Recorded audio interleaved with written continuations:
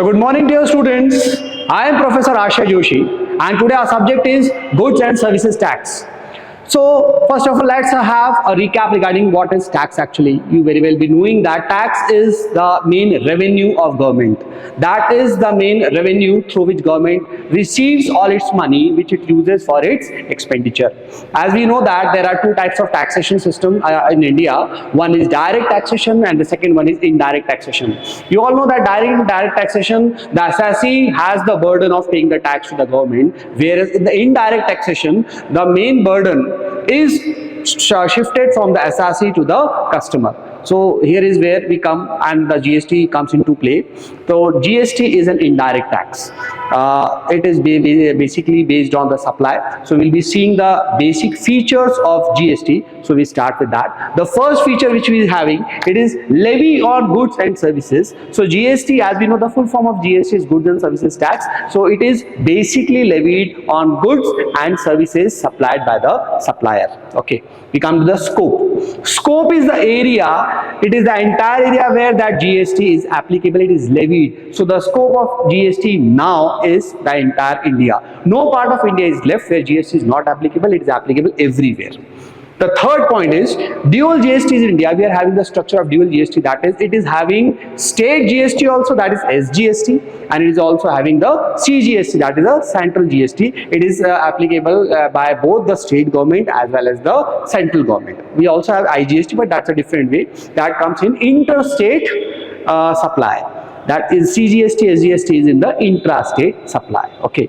The fourth point is uniform all over India. GST is applicable uniformly. For example, if there is any commodity, so the same GST will be applicable on that commodity throughout India. It's like that. The fifth point is consumption based. That is a very important point. GST is consumption based tax. For example, we are supplying the goods from very many states, but the main GST will be applied or levied on that very state where the goods or the services has been consumed. So that is what is the meaning of the consumption based tax. We come to the sixth point, that is the registration part. That's a very important one again. Registration of GST. When GST in GST registration comes into play, and it is compulsory for any supplier to register himself or herself. So we have that particular thing, that is we have 40 lakhs. If the turnover, in case of goods, if the turnover is 40 lakhs, then it will be required for any supplier to register itself for the GST. And if he or she is a supplier of services, then its receivable should be 20 lakhs. So that is what comes into this. That is, the registration will be required in that case. We come to the seventh point. GST has to be shown separately in the invoice. For example, a supplier is there and the supplier is giving the invoice. Then the supplier has to separately show the GST in his invoice. So it is there. Then we come to the composition scheme. See, this scheme is basically given by the GST Council for low or those suppliers who are less, their supply is less. So it basically comes when their supply in case of goods is 1.5 crores annual turnover in case of goods. If the person is a supplier of goods, then his turnover should not be more than 1.5 crores, and if he is the supplier of services, then his receivable should not be more than 50 lakhs. If that is the condition, then the supplier can opt this composition scheme where the rates are very minimal, that is only 1% of his entire turnover. 1% of his entire turnover, and in case of supplier of services, 6%. So he can opt for this composition scheme. Then we have some items which are outside GST. We very well know these are some of the items which are still not been covered in GST. A very common example is petroleum. When we go and buy petrol, then on that petrol no GST is being paid. It's like that. Then again, 10th one, that is input tax credit. Shortly and very famously in GST it is called ITC. So ITC, the full form of ITC is input tax credit.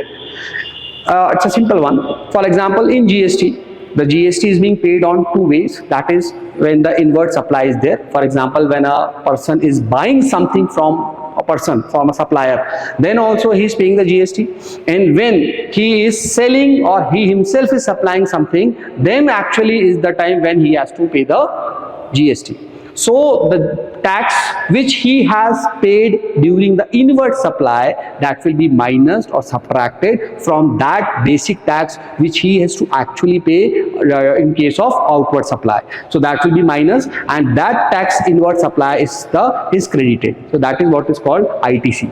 For example, a person has in inward supply, a person has paid 10,000 tax. We can say 1,000 or 10,000 as tax. Okay. And he has bought some items, for example 5 lakhs, and his actual tax in case of supply is, for example, coming out to be 50,000.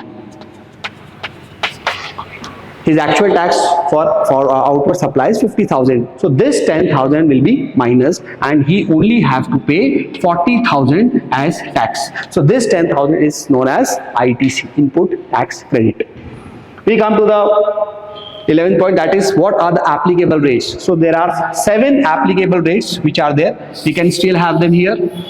It starts from 0%, then we have 0.25%, then we have 3%, we have 5%, 12%, then we have 18%, and we have 28%.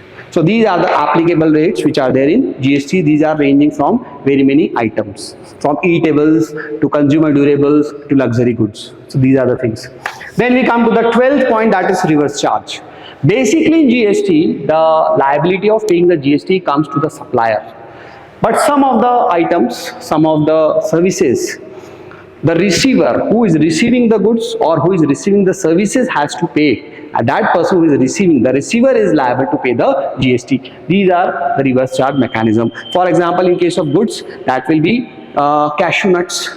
If you are purchasing cashew nuts, then instead of the supplier, if you are the receiver, you are liable to pay the GST as per reverse charge mechanism. And in case of services, the example is of advocate.